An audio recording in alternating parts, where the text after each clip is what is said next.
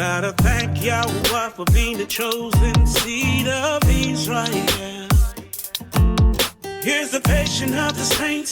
Here are they that keep the commandments of the Yah and the faith of Mashiach. Whoa, yeah. I gotta thank Yahudah for being the chosen seed of Israel.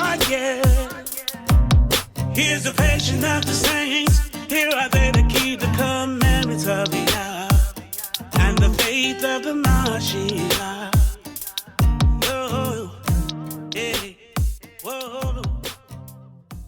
Shalom, Zion. So get your pens, your paper, because we got a very exciting lesson today, and we got a lot to cover. So last week I put out a challenge to all the ABC camps and the false prophets who are claiming that the 10 northern tribes came over to the Americas during the reign of King Shalmaneser, the king of Assyria, to prove to me and show me one scripture that Hamashiach, Paul, or any of the apostles came over here in the Americas. Not one could show me. Not one person can prove from the scriptures that Hamashiach, Paul, or the apostles came to the Americas to preach the gospel. They all failed. Not one single proof.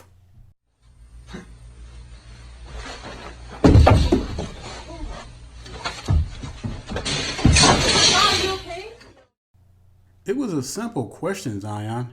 Don't you think that was simple enough? So we're going to call this lesson the places Hamashiach, Paul, and the apostles traveled to preach the gospel.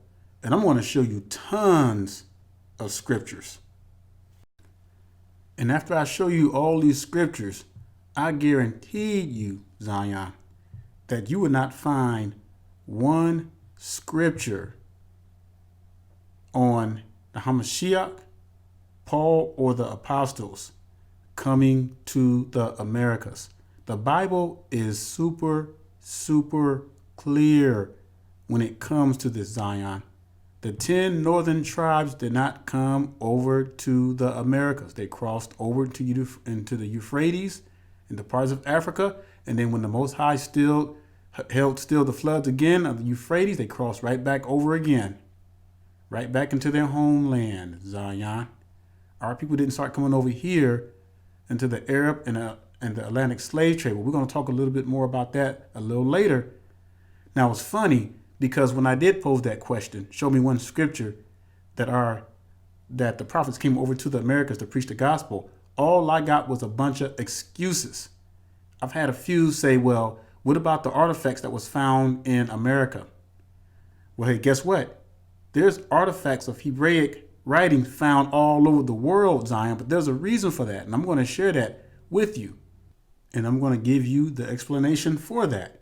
Why they found Hebraic artifacts all over the world. There is a reason for it, but I want to lay the foundation first, and you're going to see it super clear, Zion, and I'm going to use biblical and historical facts. You want to know what I find super funny, Zion? You see, this is funny.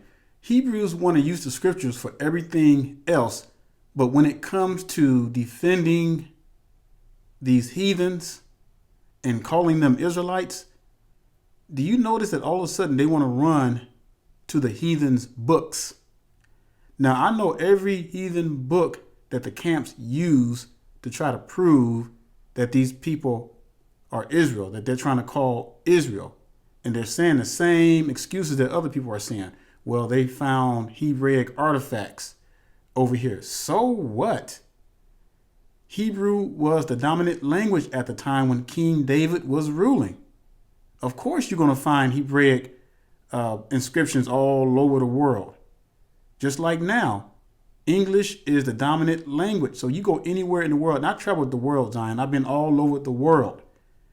And the number one dominant language is English because every nation is trying to learn English. You can go anywhere in the world, and that's the first thing they're trying to learn is English. Why is that? Because English is the dominant language.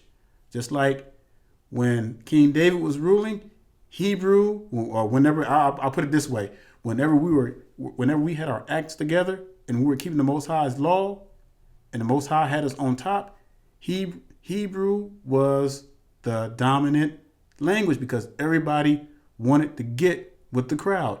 Everybody wanted to get with Israel because Israel was the top notch during that time. So when it comes to defending these heathens, they say, let's throw out the Bible. We got to use other books. We got to use other books other than the Bible. But yet they'll use scriptures for everything else. See, that doesn't make sense to me, Zion. If you're going to use other books for other stuff, then you might as well just throw the whole Bible out and just use the heathens' books for everything.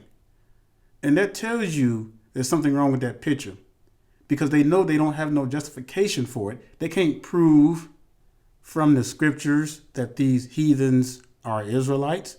They got to run to the heathens' book. And even when they run to the heathens' books, that don't even prove that they're Israelites. And so how you gonna go to an enemy, the ones who have been keeping our identities hid for the longest, you run to their books to try to prove that heathens are Israelites. I mean, go figure, Zion. How dumb is that? But yet you want to throw out the scriptures for that, but then everything else you want to use the scriptures for. But when it comes to defending your slave masters, your heathen wives, and your enemies, you want to throw out the scriptures because it's too inconvenient for you to use because you know that it proves that the Hebrews were black then and are still black today. The Negroes scattered to the four corners of the earth. Now remember, Zion, outside of Israel, there's over 18 nations. But we're going to talk a little bit about that as well, too, later. But let's go ahead and get into scriptures. Let me go ahead and show you the places the prophets came to preach the gospel. Before we go there, Zion, I'm going to show you something right quick. Let's turn to 2 Peter chapter 1, and we're going to look at verse 21, because this is going to be very important. I want to bring out a very important point that's going to lay this whole foundation. All right, let's start with verse 21. It says, "For the prophecy came not in old time by the will of man, but holy men of Yahudah spoke as they were moved by the Ruach HaKodesh." Now, Zion, we know that the holy word of the Most High was written by prophets, inspired through the holy Ruach. Okay, I want to make something very clear. Now, is there anything wrong with reading outside books out of the Bible? Absolutely not. But here's where a lot of Hebrews mess up at. They go to these outside books and they make them biblical facts. That's where they screw up, Zion. And this is why you see so much confusion in Zion, because you got these camps, you got these false prophets. They're going to these heathen books trying to prove something that the Bible don't sanctify and trying to make it biblical. Trying to make it biblical. You see how that goes off, Zion? You see where that goes off at? You see how dangerous that can be? By taking the heathen's book and making it biblical, because you can't prove that these people are Israelites. So you got to run to the heathen's books, and then you got to try your best based upon some crazy artifacts. Oh, okay, we found artifacts. These people are Hebrews. No, Zion, that is dangerous. You're adding to the word of the Most High. So I wanted to make that point clear. There's nothing wrong with reading outside books, because I do it a lot. But when you take outside books, outside of the scriptures, outside of the word of the Most High, and you start making them biblical, that's where you mess up. And that's where you start to lead many people astray. Now, for those of you who love to use outside books to try to replace the scriptures and using outside books to justify and condone wickedness, well, I have two witnesses for you. One of them is Revelation 22:19.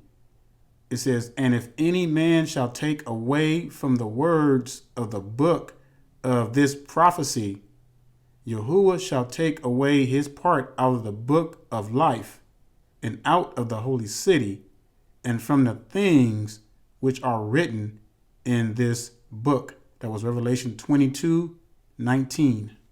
All right, let's get a second witness. Deuteronomy chapter 4, and let's look at verse 2. It says, "Ye shall not add unto the word which I command you, neither shall ye diminish aught from it, that ye may guard the commandments of Yahudah, which I commanded you." We are not to add or take away from this word. That includes using outside books and making them biblical to prove or to condone your wickedness. It's a dangerous thing, Zion. All right, here's a bonus one for you, Zion. Go to Deuteronomy chapter 12, and let's look at verse 32. It says, "What things soever I command you, guard to do it. You shall not add thereto, nor diminish from it." And Zion, you can get your concordance and study even further, because you'll find out throughout the scriptures, the Most High does not play around when it comes to adding or taking away from his word. Going outside to these books, trying to make them biblical. Like I said before, there's nothing wrong with reading outside books, Zion. Let me make that very clear. It's when we start to make them biblical facts, trying to replace the word of the Most High with the word of the Most High gave us. That is dangerous. That's right there, breaking the first commandments.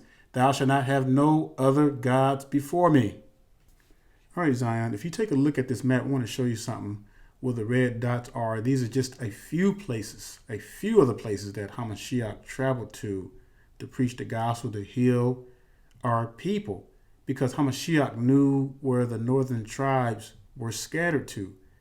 Go to Mark chapter 7. Mark chapter 7, and let's look at verse 31. "And again, departing from the coast of Tyre and Sidon, he came unto the sea of Galilee, through the midst of the coast of Decapolis." And see, he knew where our people were. So what was he doing over there? Look at verse 32. And they bring unto him one that was deaf, and had an impediment in his speech, and they beseech him to put his hand upon him. So we all know the story, Zion. We all know that Hamashiach traveled all through parts of the Middle East, preaching the gospel to the lost tribes, to the northern lost tribes. All right, let's go to Mark chapter 8, and let's look at verse 22. Now, before I continue, I want to say this, Zion, and or to anybody who want to come on my page and bring me this. Oh, don't read out the New Testament. Don't read out the New Testament. Don't even waste your time posting your comment, because I'm going to delete you and block you. All right. The word of the Most High is one whole book. All of it is inspired by the Most High. Yeah, I know. We know that the heathens tampered with it, with the translations and what have you. But the Most High knows how to preserve his word, Zion. And we got to believe in the word of the Most High. So let's go to Mark chapter 8, and let's look at verse 22. And it says, "And he cometh to Bethsaida, and they bring a blind man unto him, and besought him to touch him." So what I want to focus on is, where is this Bethsaida at? So if you look at the map, and it's the mount identified as ancient Bethsaida, is located on a basaltic spur north of the Sea of Galilee, near the inflow of the Jordan River into the Sea of Galilee. So this is what I want to challenge you with, Zion. All you got to do, look at all the places that Hamashiach traveled to. It's going to take a little time. It's going to take a little research. Maybe you can do this on your Shabbat study or something. And just look up all the places that Hamashiach traveled to. Because we'll be here all night just going over scriptures after scriptures. And you will see not one scripture in the written holy word that you're going to find that Hamashiach, Paul, nor the apostles came to the Americas. All right, let's go to Yehochanan, or John, chapter 11. This is going to be an interesting one, Zion. So chapter 11, and let's look at verse 54.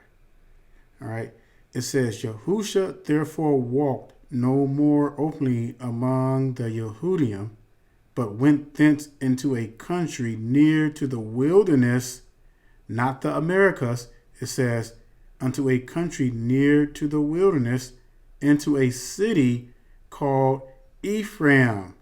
Why would this city be called Ephraim?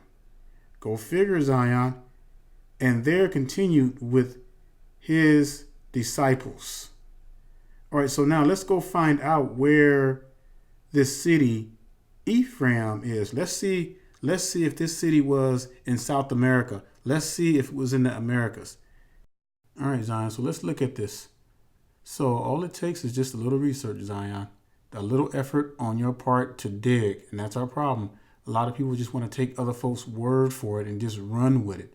And that's why we got so many issues within Zion. So look at the city of Ephraim. It's not called Ephraim for nothing, Zion. That's where Ephraim was located. And so you look at that, and then that's where the current day Israel is, Jerusalem, or whatever you want to call it. You had the Gaza Strip. So sometimes it's good to look at these old maps, Zion. So this was the city of Ephraim right here before your very eyes. You have Samaria, which is right above it. And, there's no getting around this, Zion. It is way too evident. And this does not look like the Americas to me. You have the Dead Sea, and just go look at where the Dead Sea is, and you'll see where this area is. And this is something that we need to be doing, Zion. We need to be researching this stuff. So let's say you're still not convinced. All right, let's look at it at a different angle. Here it is again. And when you look at these old maps, so you see the banks of Jericho, the Jordan River, and you look up these places, you'll see exactly. And there it is right there. Ephraim, the city of Ephraim. Why was it called Ephraim? Go figure. See, Hamashiach, Paul, and the apostles knew where the northern tribes were scattered to, Zion. All right, people were not over here in the Americas during Hamashiach's time. Make that clear. During Hamashiach's time. Still not convinced, Zion? All right, let's look at another one. But this time we're going to get a little deeper. Now, I want you to look at this old map and how it's laid out. You got the Mediterranean Sea, so you know for sure that this is not the Americas. This is in the Middle East. Then you got the tribes. You got Ashshur. Ashshur is from the northern tribe. You got Naphtali. Naphtali is from the northern tribe. You got Zebulun. Zebulun is from the northern tribe. You got Issachar. Issachar is from the northern tribe. And those aren't the damn Mexicans. You got these tribes laid out, Zion. Hamashiach, Paul, and the apostles knew where the 10 tribes were scattered to. And you have Ephraim right here. You got Dan. You got Gad. All these tribes were scattered, Zion, but they were laid out. They knew who they were. They knew they messed up and worship idols and all that, what have you. And that's what Hamashiach came back to do, is to redeem them. To redeem them, Zion. You got Benjamin. And then there is the Dead Sea again. And then you have Reuben.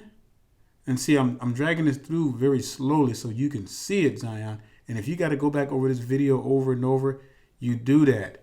And you go, Zion, I want you to really go research this for yourself. Don't just take the word what I'm saying. Go research it. You got Benjamin, you got Reuben, and then Judah. Zion, this is the stuff that our enemies don't want us to know. They don't want us to know all this. They want us to stay dumb down. Hamashiach knew where the 10 northern tribes were scattered to. And so I hope this really convicts your hearts and soul. And for those of you who are following camps, I really pray that the Most High takes your heart. I pray that the Ruach really takes your heart, Zion, so you can see this and see that you've been lied to all this time. Let me tell you a secret. You want to know why Hamashiach, Paul, and the apostles never came to the Americas? You want to know why there's no recording of Paul, Hamashiach, and the apostles coming to the Americas? Because our people were not over in the Americas during the time of Hamashiach, Paul, and the apostles. Zion. Yeah, there were people in the Americas during the time of Hamashiach, Paul, and the apostles. I'm not doubting that one bit, Zion. Yes, there were black people. The whole world was black at one time. But I guaranteed you they were not the Israelites that were over here in the Americas during the time of Hamashiach, Paul, and the apostles. Remember I said before, Zion, there's 18 nations outside of Israel. I'm just going to leave you thinking on that one, and we're going to talk about that a little later. All right, let's go to the book of Acts. The book of Acts, chapter 20, and let's look at verses 3 and 4. Yeah, those are the ones I want. So the book of Acts, chapter 20, and verses 3 and 4. And it says, "And there abode 3 months, and when the Yahudians laid wait for him, as he was about to sail into Syria, he proposed to return through Macedonia." Now, Macedonia today is what we call modern-day Greece. And you can look that up. Let's look at verse 4. "And there accompanied him into Asia Sopater of Berea, and of Thessalonians, Aristarchus, and Secundus, and Gaius of Derbe, and Timothy, and of Asia, Titius, and Trophimus." Now, what I'm going to do is I'm going to read, we're going to go to Isaiah chapter 11 and verse 11. And what I want to show you, so when we break those locations down, you're going to see that they are the same places that the apostles traveled to preach the gospel, the same places where our people were scattered to, the same places where the Most High is going to gather the remnant. And so this is very important to get this. So what I want you to do with Acts 23 and 4, just go through it in your spare time, Zion. Take the Shabbat to do this and look at every location. And you look up the current day and you'll see that these are the regions within the Middle East and parts of the Mediterranean Sea. It's important to know that because these are the places that the prophets went to preach the gospel, because they knew where the 10 northern tribes were scattered to, Zion. So that's important to know. So don't let nobody fool you thinking that you got to go outside the Bible to try to prove where the 10 tribes were, because the Bible already gives us that, Zion. The only reason why these people are going outside the Bible is because they cannot prove that these heathens are Israelites. So they want to do all they can to try to make them fit. And, how come our people can't just be happy with accepting the truth? How come we cannot be happy just knowing that the sons of Jacob are black? What's wrong with that, Zion? How come we have a hard time accepting that? We've been so brainwashed in slavery. We want to fit everybody in except for our own people. I mean, it's a crime shame. All right, so let's look at Isaiah chapter 11. And let's look at verse 11. And we're going to go over all these regions and break them down in real time and get their current locations, their current day locations. And it reads, "And it shall come to pass in that day that Yahudah shall set his hand again the second time to recover the remnant of his people, which shall be left from Assyria, who took our people captive during the reign of Syria. It was King Shalmaneser. Let's continue. And from Egypt, and from Pathroc, and from Kush, and from Eylam, and from Shin'ar, and from Hamath, and from the islands of the sea, which are the current day Mediterranean. So all our people who are left in these regions are going to be the same ones, or the same regions that the Most High is going to gather his people. We're talking about the northern tribes. We know Judah was scattered to the four corners. So let's break down these regions. Let's get some of their current locations. So now, Egypt, we know where Egypt is. That's a no-brainer. But let's look at some of these other ones. All right, so let's look at Pathroc. Now, if you look at this map, current day Pathroc would be Upper Egypt. And you can look that up. You can do the research for yourself. And, you know, I've been studying this stuff for a while. And it's interesting when you learn these locations and where they're at today, the modern day locations, you'll be surprised.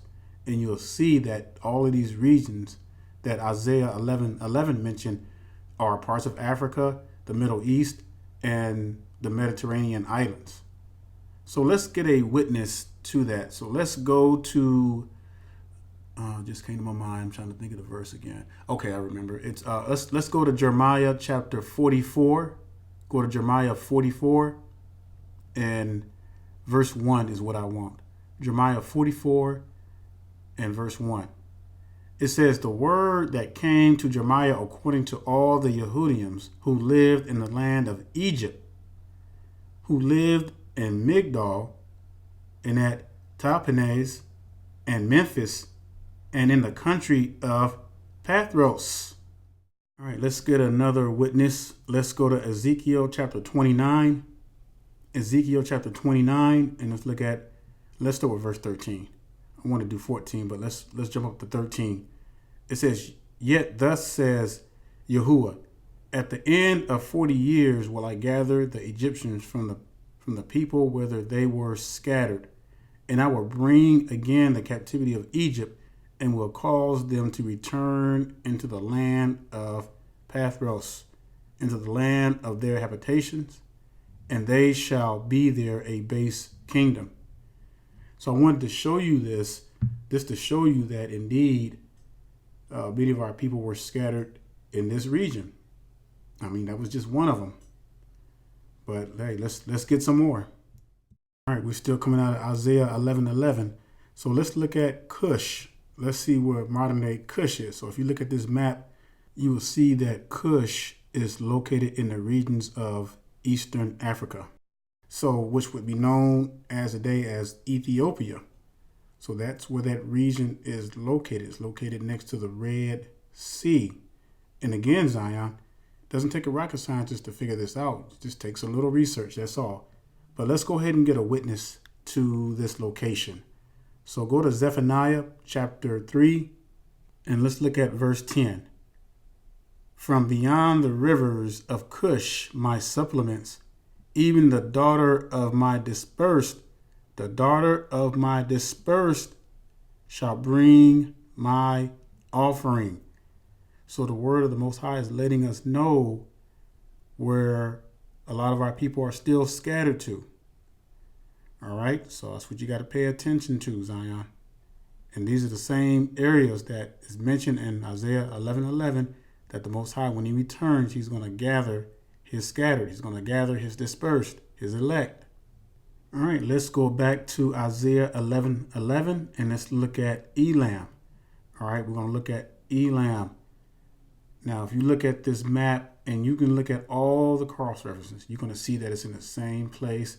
It's in the region what is known as Iran, but it's to the western Iran. When you look that up, Eylam. All right, so let's get a witness to that. Let's show you some of the places that the apostles went to. And you're going to see that these are some of the same regions. All right, let's go to Acts chapter 2. Acts chapter 2.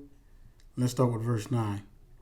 And it says, Parthians and Medes and Elamites, what did we just read? And the dwellers in Mesopotamia. Now, you all going to read the rest of that, and I encourage you, just read Acts chapter 2. As a matter of fact, read the whole book of Acts, and you'll see a lot of more places that the apostles traveled to preach. And you're going to see that these are the same regions that we're calling out in Isaiah 11:11. You see, Zion, Hamashiach, Paul and the apostles knew where the 10 tribes were scattered to. That's why they knew where to go. You're not going to find any record in the scriptures. And I've already shown you scriptures proving where the prophets have gone to preach the gospel. You're not going to find one scripture stating that or giving a location that the prophets came to the Americas to preach the gospel. You're not going to find it. And I'm going to tell you why, towards the end, why the camps and the false prophets are teaching that falsehood. All right, let's go back to Isaiah 11:11 and let's look at Shin'ar. Let's look at where current day Shin'ar is. So if you look at this map, you'll see the modern day places in red. So you see Saudi Arabia, you see Jordan, you see Iraq, you see Syria, Lebanon, Israel, and what have you. You know, you can stop the video and just go through it slowly.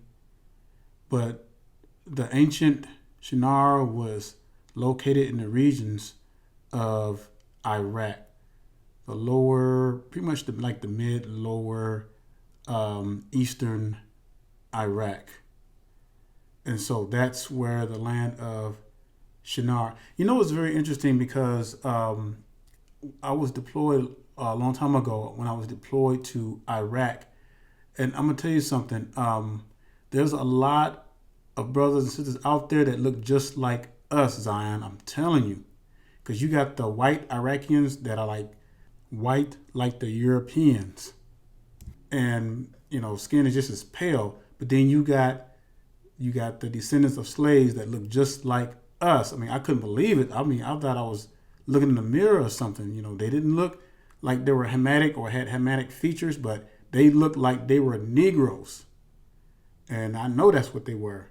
I mean, they look just like us, Zion. There's a lot of them out there. So don't let society fool you, because our people are truly scattered in the regions that talks of in Isaiah 11:11. So let's get a precept to that. Let's go to Zechariah chapter 5 and let's look at verse 11. And he said unto me, to build it an house in the land of Shin'ar, and it shall be established and set there upon her own base. All right, so let's look at the other two. All right, let's go back to Isaiah 11:11 and let's look at Hamath. And so look at this map here. So you see where Syria is, and then you look up and you see where Turkey is, where your ancient Hamath was between upper Syria and lower Turkey. And again, you can cross-reference this. You'll find that I'm telling you the truth. These regions. And Zion, you can have fun doing this too, just looking up these modern day places. But our people just, I don't know what's wrong with our people. It's like our people do not want to study. They don't want to work harder than they have to, you know. And this is fun, studying the scriptures and learning the truth. And I see why so many of our people are easily deceived, because you got these false prophets that love to go outside the Bible and try to get these books and try to make it biblical, adding to the word, taking away from the word, you know, and just trying to prove their point, because see, they can't prove and they cannot show one scripture that Hamashiach, Paul, and the apostles came to the Americas. So now they got to throw the Bible out. They got to try to say, well, you know, you can't just rely on the Bible. You got to rely on the heathens' books. But what did the Most High tell us about that? What did he warn us about that? By putting other books above the Most High Yah, or anything above the Most High Yah. That's very dangerous, and that's what a lot of our people are doing, and that's why you see what you see in Zion. So much confusion, because people are they're casting the Bible to the side and only using the Bible when it's convenient for them. But then when they want to defend these heathens, they want to go outside the Bible and run to the heathens' books, because they cannot prove that these people are Israelites from the scriptures. And that's why, Zion, they have a hard time letting these heathens go. All right, let's get a scripture for Hamath. And let's go to 1 Kings chapter 8 and 65. 1 Kings chapter 8 and 65. And so when you get time, Zion, just do a search, whatever, on your computer or your Strong's, search Hamath, and you can look. There's a lot of verses on that. So, and you can just further study that as well. So let's read 1 Kings 8:65. And it says, "And at that time Solomon held a feast, and all Israel with him, a great congregation from the entering in of Hamath unto the river of Egypt before Yahudah, 7 days and 7 days, even 14 days. So you go check that out. All right, Zion. So again, it doesn't take much to research this, Zion. It's not hard to figure out. It just takes a little effort on our part. Now let's look at some areas the apostle traveled to, as well as Hamashiach. And Zion, you can look all this up through scriptures, the book of Acts, the Gospels, you name it. I mean, I'll be here all night long just showing you scripture after scripture after scripture where the prophets went to preach. So let's just look at an overview. So you have these regions, and you see the islands of the sea, the Mediterranean. And, the Bible, and this is what I love about the truth of the Most High's word. His word will not come back null and void, Zion. But see, we don't want to trust in the word because we want to defend something we love so dearly, and it's called wickedness. See, one thing, our people had a bad habit of mixing with the other nations. And I'm gonna show you a verse. I'm gonna show you a couple of verses in the Bible that the camps will not even go to or touch, because they know that it kills that whole thing with, they love to say that you are who your father is. You are who your father is as far as the tribes is concerned, but that don't mean you go out marrying heathens and then they become Israelites, because the Bible specifically speaks against a bastard. And I'm going to show you what a true bastard is in a minute, Zion. It's going to be so clear to you. So you look at all these places, and these are all the places that Hamashiach, Paul, and the apostles, they traveled to preach the gospel, because those are the places where the 10 northern tribes were scattered to. It's clear, Zion. There were no Israelites in the Americas during the time of Hamashiach, Paul, and the apostles. I don't care how you try to twist it. You can run to all the heathen books you want, because they found some Hebraic artifacts. But don't worry, I'm going to address the artifacts too. There's a reason why there's Hebraic artifacts all over the world, not just the Americas, but all over the world. So what are you going to say about that? You're going to start calling everybody an Israelite just because you find Hebraic artifacts in China, Iran, Russia? People just don't think, they just, all it is an excuse to hook up with heathens. That's what it boils down to, Zion.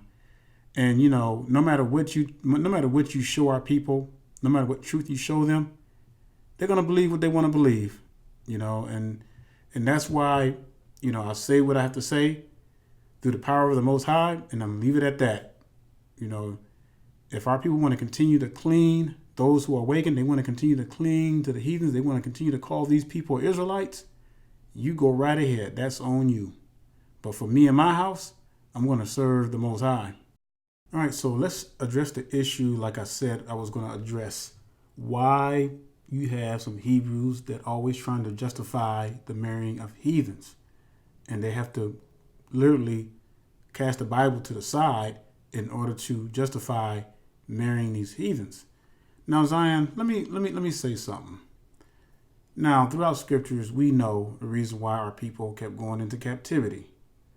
Well, one of the biggest reasons was they kept going into strange women and worshiping their idols. And that's putting the heathens before the Most High Yah. See, the Most High had a way of dealing with stiff-necked Hebrews who wanted to mix with the other nations. He had a solution for that. But let's look at some other things, though. So we're looking at right now, what we're seeing in our society today is getting worse and worse. See, our people, Zion, are the only race on the face of the earth that marries outside of their race at a very, very high percentage. Now, that doesn't mean the other races don't do it either. They do, but it's at a very low percentage. You would rarely see an Asian marrying outside their race. Rarely. And if an Asian does marry outside their race, of course, they're going to marry somebody who closest look like them. They're going to marry a European. Mexicans are the same way. You'll rarely see Mexicans marry outside their race unless they marry into white or European, which they pretty much are Europeans. So you look at all the commercials that are bombarding, all the subliminal messages that are bombarding our people, and I'm going to do a future lesson on that. Those subliminal messages are powerful. So when you see all these commercials, what do you see? Every time they show, a so-called black man, he's with a white woman, Mexican, or I'll put it this way, he's with somebody outside of his race. And see, what society has done is that they have brainwashed our people to make us believe that a Hebrew man cannot be happy unless he's married to someone outside of his race. Now, the true awakening who are waking up, they're realizing that. And, it's been a lot of people just waking up. Some are actually married to heathens. And I've seen a lot who, they had to put them away. That's what they did. Or issues started coming up. But our people are just bombarded with these messages. And this all, this goes past slavery, Zion. I mean, this goes all the way back to the beginning. Our people love wickedness. It's just something about our people. It's like everything that the Most High gives us and tells us to do, we do the opposite. We do the opposite. And, I am so surprised that we're still considered the apple of the Most High's eye. He could have been cast us off. He could have been just, forget it. My people are never going to do right. I'm just going to cast them off to the sea. Let them die out. But the Most High did not do that, Zion. And why do we continue to do this wickedness? Why do we continue to cling to the heathens? Why do we continue to marry them?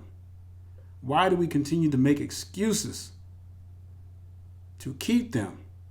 Go read the last 2 books of Ezra. They had to put away their foreign women and the children that were born unto them. Our people just love wickedness, and we've been taught all our lives that white is better, that white is more fun and more pleasant. We've been taught that. We've been taught to believe that all the Bible images were white. You look at look at it, Zion. The subliminals are so powerful and so strong. You look at all these so-called Christian Bible movies, and you look at the character. See, image is everything. That's why the Most High said in Maccabees that they would take our images and paint the likeness of themselves, Zion. And that's exactly what they did with these images. They wanted to make the world believe that everything was white. Everything was always white. That is one of the most powerful tools of brainwashing, is subliminal messages. And you know how it was when we were all growing up. All we saw was that white image of Cesare Borgia. growing up thinking that, and many of us thought that was actually Christ until we got a certain age and, just knew better. But it was still inbreeded in us to believe that. And that's why imagery is so, so powerful. And why do you think I'm doing what I'm doing with these Bible readings, Zion? I'm putting our images back into our book because image is very, very important. Hamashiach knew that. Our enemies know that. And this is why they took our images and made them white, because they know how powerful imagery is. And see, Zion, you have these idiot camp leaders going out here and these false prophets going out here saying that you are who your father is. But let me explain that very, very carefully. Because yes, that is true. But however, you're not who your father is without the Hebrew woman. I'm going to prove that to you with the scriptures. Not just because I'm saying it. I'm going to prove it to you. And I'm going to prove to you that a bastard cannot come into the congregation of the Most High because it's considered a mixed baby. That seed is mixed. All right. If that was the case, if we are who our fathers are without our black Hebrew women, and then you're saying that you can be an Israelite without our black women, and we can just go with that, then you know what, Zion? We might as well just go ahead and marry the heathens. We can just marry heathens. Let's cast off the daughters of Zion. Let's forget about our black women. And let's go marry some Asians. Let's go marry some Chinese. Let's go marry some Koreans. Let's go marry some Mexicans. Let's go marry some Europeans. Since people want to say that you are who your father is without a Hebrew woman or without marrying and mating with our black Hebrew woman, and you're saying that a heathen will suffice, or a heathen will be much better for you because they're whiter, then you might as well just cast out the word of the Most High. Just do wickedness. Just go all the way with it, Zion. Go all the way with the wickedness. Don't go halfway with it. Go all the way with it. Because if you look at the majority of our black people, and I'm talking about not just here in the United States, I'm talking about around the world, you look at how many so-called black folks are marrying heathens. Zion, it is unprecedented. We are seeing wickedness on the highest level. And the sad part about it, we can't even see it because we're so blind. We've been so brainwashed to believe that marrying heathens without the Hebrew woman is okay because you are who your father is. So now we can go and do wickedness in the sight of the Most High Yah. But let me give you some witnesses. Let me give you some scriptures that's going to make you think. And these are the scriptures that the camps and the false prophets won't even touch. Won't even go there. All right, Zion, so go ahead and turn your Bibles to Deuteronomy chapter 23. And let's look at verses 2 and 3. Deuteronomy chapter 23 and verses 2 and 3. Now, I want to let you know, I did not write this. These are the words of the Most High. Starting with verse 2, it says, "A bastard shall not enter into the congregation of Yahudah. Even to his 10th generation shall he not enter into the congregation of Yahudah. An Ammonite or a Moabite shall not enter into the congregation of Yahudah. Even to their 10th generation shall they not enter into the congregation of Yahudah forever." So Zion, this is not the only place where you're going to see this. The Most High was always against our people mixing with the other heathens. Now, these are not my words, so if you want to get mad, you can get angry at the Most High. All right, because he told us specifically not to mix with the heathen nations. Just because you are who your father is, the seed of your father, don't mean that you go out and spoil your seed with a heathen, because if you do that, then that child becomes a bastard. It is a mixed seed. You have given your honor, you have given your heritage, and you have destroyed your seed. It's something very powerful about our seed, Zion, that we pass down from generation to generation. We are not to give it away to strangers. And maybe if the camps understood this, maybe we could unite. But they just won't let them heathens go. So now the wheats and the tares have to grow together, unfortunately. All right, turn to the book of Tobit. Tobit chapter 4, and let's look at verse 12. I didn't write this one either, Zion, so don't get mad at me. It says, beware of all whoredom, my son, and chiefly take a wife of the seed of thy fathers. And take not a strange woman, take not a strange woman. Read that part again because I don't think too many people are hearing that one. And take not a strange woman to wife, which is not of thy father's tribe. So not only were we not to marry strange women, but we were supposed to marry within our own tribes. It says, for we are the children of the prophets, Noah, Abraham, Isaac, and Jacob. Remember, my son, that our fathers from the beginning, even that they all married wives of their own kindred. Read that part again. My son, that our fathers from the beginning, even that they all married wives of their own kindred, and were blessed in their children, and their seed shall inherit the land. You can't get no plainer than that, Zion. And so it brings us back to this point. In order for Hebrews to believe and want to accept and justify the marrying of these heathens, they literally have to throw out the Bible.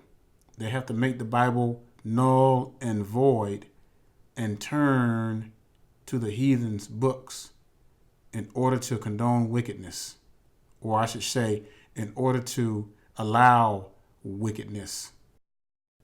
All right, Zion. So what I want to do now is address the Hebraic artifacts that are being discovered all over the world.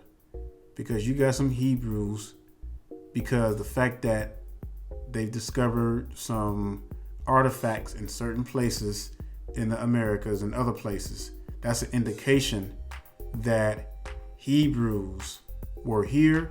And then a lot of them are using it as an excuse to call these heathens Israelites.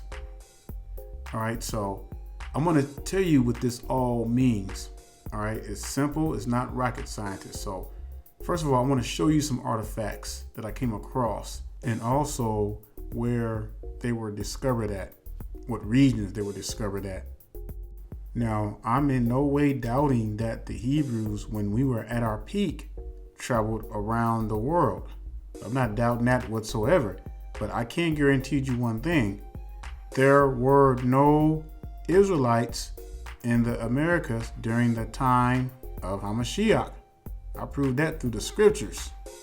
And the word of the Most High trumps any heathen books.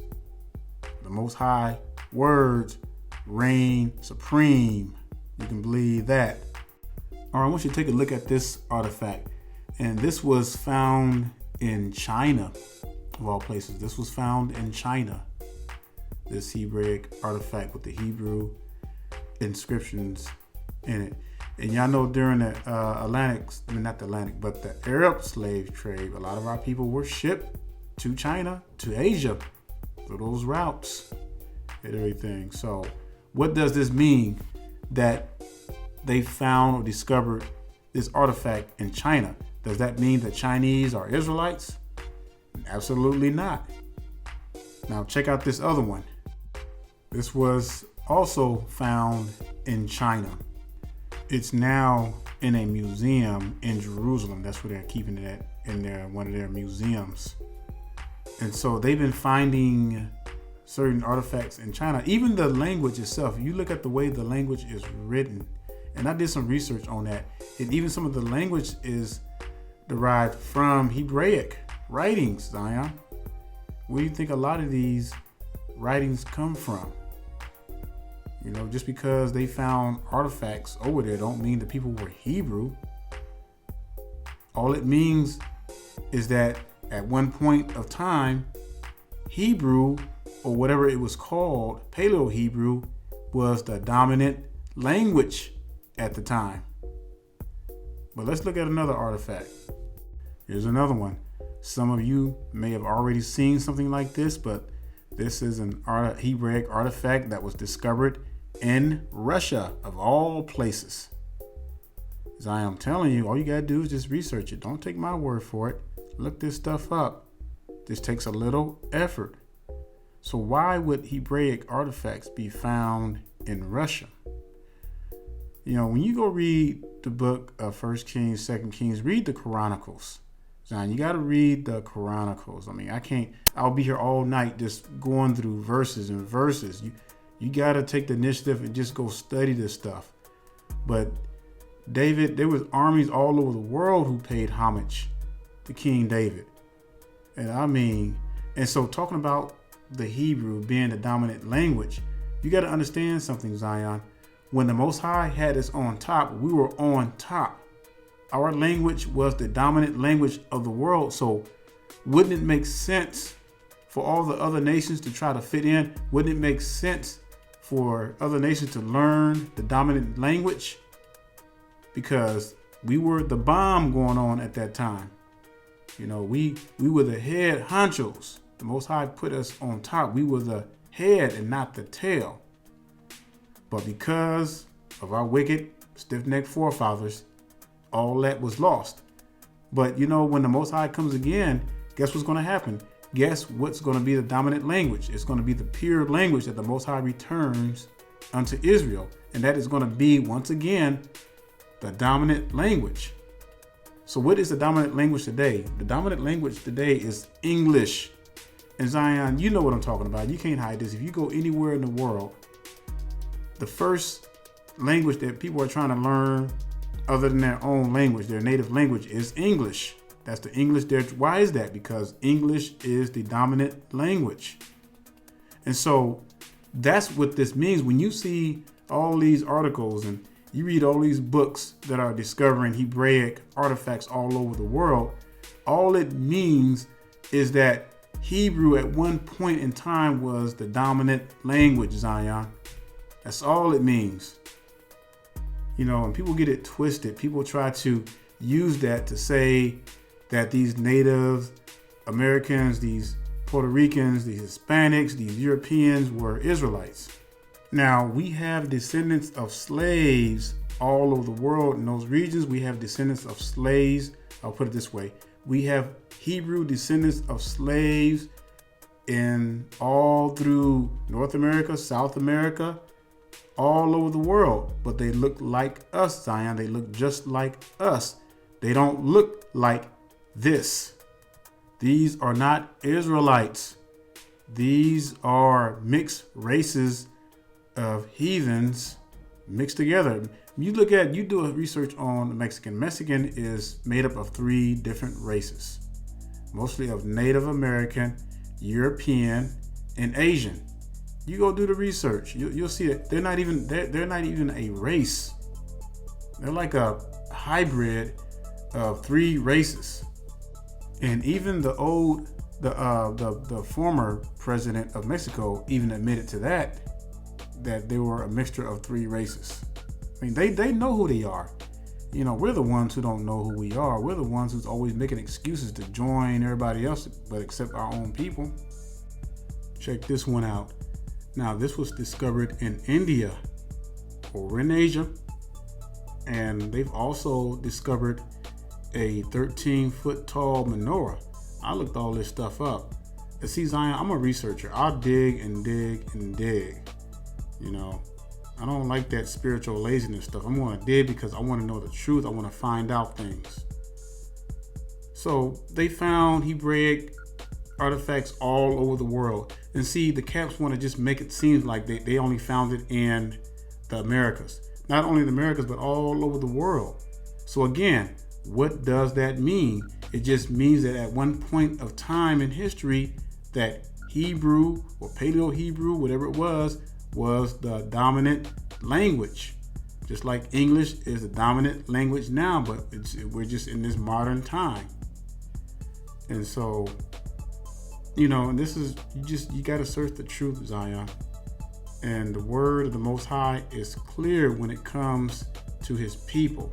So for people to try to justify just because they found Hebraic artifacts in the Americas, all of a sudden those Native Americans, Hispanics, and whatever, those Europeans are Israelites. No, Zion, that's the biggest mistake you can make. And the first thing they do is run to the heathens' books to try to justify them heathens being Israelites. So that's what it boils down to. Hebrew at one time was the dominant language. And it's going to be the dominant language again when the Most High returns the pure language to his people. And this time we're going to rule the world with the rod of iron, Zion. It's not going to be like it was when you had these stupid, stiff-necked forefather kings ruling. And so we're going to have the 144. We're going to have the 24 elders. We're going to have the 12 disciples. We're going to have Hamashiach. And Zion, we're not going back to the old ways of our stiff-necked fathers. We're going to have righteous Hebrews leading Zion. And it ain't going to be no more do whatever you want. Preach whatever doctrine you want to preach. We're going to rule this world with a rod of iron. And remember, the Most High said he's going to purge out the rebels among us. So we're not going back to them old ways, Zion. So whatever we got now, we better flush that stuff out and get back to the word of the Most High and stop putting these heathen books over and above the word of the Most High. So Zion, when you get a chance, go back to the beginning of the video and watch it over if you need to. Because the Bible clearly shows that there were no Israelites over here in the Americas during the time of Hamashiach. I showed you all the places they traveled to. And you can even look further. You're not going to see one evidence of the prophets coming over here to the Americas to preach the gospel. Since the camps are claiming that the northern tribes came over to the Americas during King Salmanassar, which was way before Hamashiach's time, that means that they would have been over in the Americas already, right? So that means that Hamashiach, Paul, and the apostles would have came over to the Americas to preach the gospel, because they were not over here in the Americas.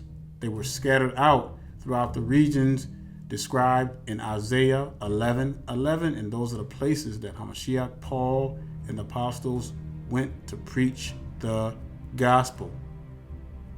Zion is clear, and if you deny that, then you have to completely throw out the whole Bible and run to the heathens' books. And that's the only way. And that means that you've cast aside the word of the Most High and you putting your faith in man rather than the Most High, because you want to justify acceptance of heathens and the marrying of heathens. So I pray that this lesson has opened your eyes. I pray that it agitates. I pray that it cuts like a two-edged sword. And I pray for my camp brothers all the time, because only if they would just drop the heathens, I should have believed that the Most High would give them grace and put his Ruach upon them. But Zion, they don't want to let them heathens go. That's the problem. They don't want to let the heathens go, just like our forefathers. They didn't want to let the heathens and their gods go. So I pray this cuts to the core. So with that being said, Zion, I'm going to say shalom and stay strong. Here's the passion of the saints. Here are they to keep the commandments of the Yah and the faith of the Mashiach. Oh, yeah, whoa. I'm here to encourage you, brothers and sisters, trying to paint to you a better picture. Everything I say, I back it up with the scriptures to get you out the matrix. It's been over 400 years of lies. You gotta open up your eyes, 'cause there's so many reasons we in captivity. You gotta flee from the heathens. There is hope in our future, even though they trying to do us in. But we live to fight another day. Vengeance is to Yah. We'll be praying for Yahudah. Gotta thank Yahudah for being the chosen seed of Israel. Israel. Here's the patience of the saints. Whoa. Here are they that keep the commandments of the Yah. Commandments of the Yah. And the faith of Mashiach. Oh, oh, oh, yeah, yeah. I gotta thank Yahudah for being the chosen seed of Israel. Here's the patience of the saints. Here are they that keep the commandments of the Yah and the faith of the Mashiach. Oh, oh, hey, hey, whoa, whoa. Do, do, da, da, da. Do, we, do, we, do, we, do, da, da. Do, we, do, do, do, do, do, do, do, do, da, da. Do, do, do, da, da, do. Be, do, da, da, do, do, do, da, da, da, da. Do, we, do, we, do, do, do, do, do, do, do, do, da, da, da, da, da. Do, do, do, do.